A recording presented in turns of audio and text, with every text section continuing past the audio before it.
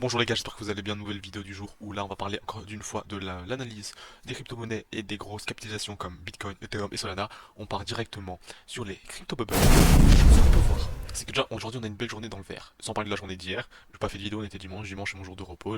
J'ai envoyé des messages sur Telegram et sur X. Vous pouvez rejoindre mes réseaux, ils sont gratuits les deux, sans description, donc n'hésitez pas. On a vu qu'il y a eu une belle grosse hausse grâce à Trump. Je vais en revenir juste après là-dessus. Déjà aujourd'hui on voit on a un peu de vert, ça fait quand même plaisir, hein, parce que là ça commence à descendre mais c'est totalement normal les gars. Après une hausse de plus de 25% sur Solana, on a eu un 15% sur Ethereum, 10% Bitcoin en fin de journée. C'était énorme, c'était énorme. Donc on va d'abord parler un peu Bitcoin et ce que je vois en scalping. Je mets mon écran ici. En scalping, j'ai ouvert un scalping juste avant, ici. Ici, en TP, mon TP global il est là, dans l'ordre de bloc en 15 minutes de ce mouvement, on a toute la hausse pour prendre ça. Là on fait vraiment un simple retracement, hein, une ABC. Hein. La ABC qui est décomptée en 1, 2, 3, 4, 5, la A, la B en 1, 2, 3 et la C en 1, 2, 3, 4, 5. Là on a fait 1, 2, 3, 4, 5. Là on a fait une A, B, C, donc ça c'est la B si vous voulez, je vais vous montrer comment. Donc là une, la A, là on a fait la B et là on est en train de faire la C plus ou moins. Donc dans mes idées on va arriver plus ou moins par ici. Si vous voulez en chiffre, regardez on a fait une 1, 2, 3, 4 et la 5. Là on a fait une A, B, C pour la petite B, etc. Donc voilà. Pourquoi j'ai short ici? Parce qu'on est dans un auteur du mouvement baissier qui est en escalier, on le voit très bien. On a un petit order block, j'ai vu qu'il est petit, il est que en 15 minutes. J'ai misé directement l'entrée de l'order block en prenant la bougie ici, vous voyez bien. Donc mon entrée elle était assez clinique, ça faisait du bien. Et ça n'a pas duré longtemps avant de bien down. Sur ma ligne blanche, j'ai pris un 50%, ici 50%, et celle à BE pour pas me faire avoir. Et mon TP global se trouve au 87 807, on est dans la moitié de cette OB, juste avant la grosse hausse. C'était hyper positif de hier d'avoir close. Je sais plus combien j'avais dit sur Telegram, si j'avais close 50% ou 20%, mais j'avais close une partie ici. Et ensuite, dès qu'on était dans le vert, j'ai mis SL ABE directement pour pas m'inquiéter. Je sais que là, j'avais SL ABE, donc globalement, je suis ABE. J'ai rien perdu, j'ai rien gagné, donc voilà. Pourquoi j'avais pas voulu continuer mon short. Il y a plusieurs raisons, il y a plusieurs indicateurs qui m'ont dit ça, surtout au niveau des funding et de l'open interest. Ensuite, on va quand même vous expliquer pourquoi ça a fait cette big hausse. C'était surtout grâce à Trump qui a affirmé une réserve stratégique sur Solana, ADA et XRP. Il a un peu parlé des cryptos également, Bitcoin et tout. C'est hyper positif pour l'économie américaine parce que ça pourra permettre de rehausser leur dette mondiale et tout. Donc vraiment, ça pour eux c'est positif et même pour le marché global c'est bon signe. La seule chose qu'on peut faire, c'est pour ça que j'ai entouré cette zone, que je l'ai pas pris, je l'ai pas vu, mais on aurait pu le voir. Ça s'est passé hier vers minuit. C'est que là en fait on aurait pu short parce que c'était juste la bonne zone de short par rapport à ça. En 5 minutes on le voit tellement mieux. On est dans une zone hauteur de cette petite baisse.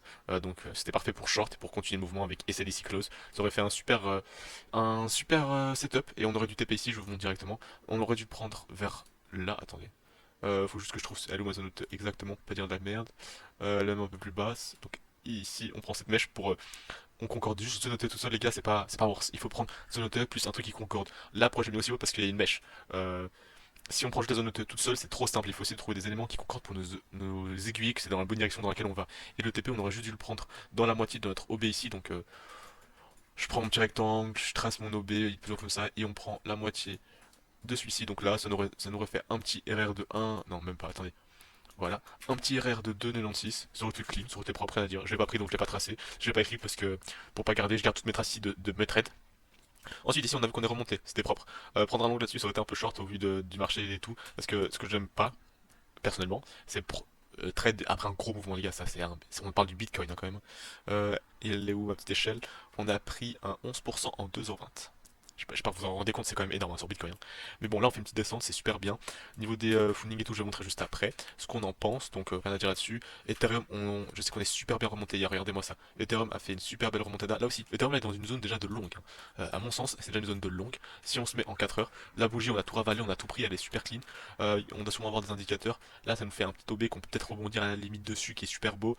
Ça, c'est une belle zone, évidemment. Ouais, ça c'est une super belle zone en vrai. Ça, c'est une super belle zone avec c'est une continuité. Donc voilà, évidemment, si Bitcoin continue à descendre, ben, Ethereum suivra. Mais on a eu une super hausse. IMO a aussi super bien pris. Je vais vous montrer directement. Qu'est-ce qu'on a d'autre? Au niveau du Solana, qui a fait une super perf, qui a retouché les 179, il est quand même touché les 126. Hein. C'était énorme.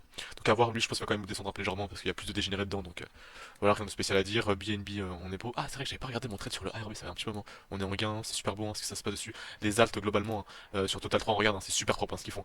Au vu du Tata 3, je le pense vraiment encore une légère baisse, plus ou moins vers ici, et puis on peut remonter tranquillement.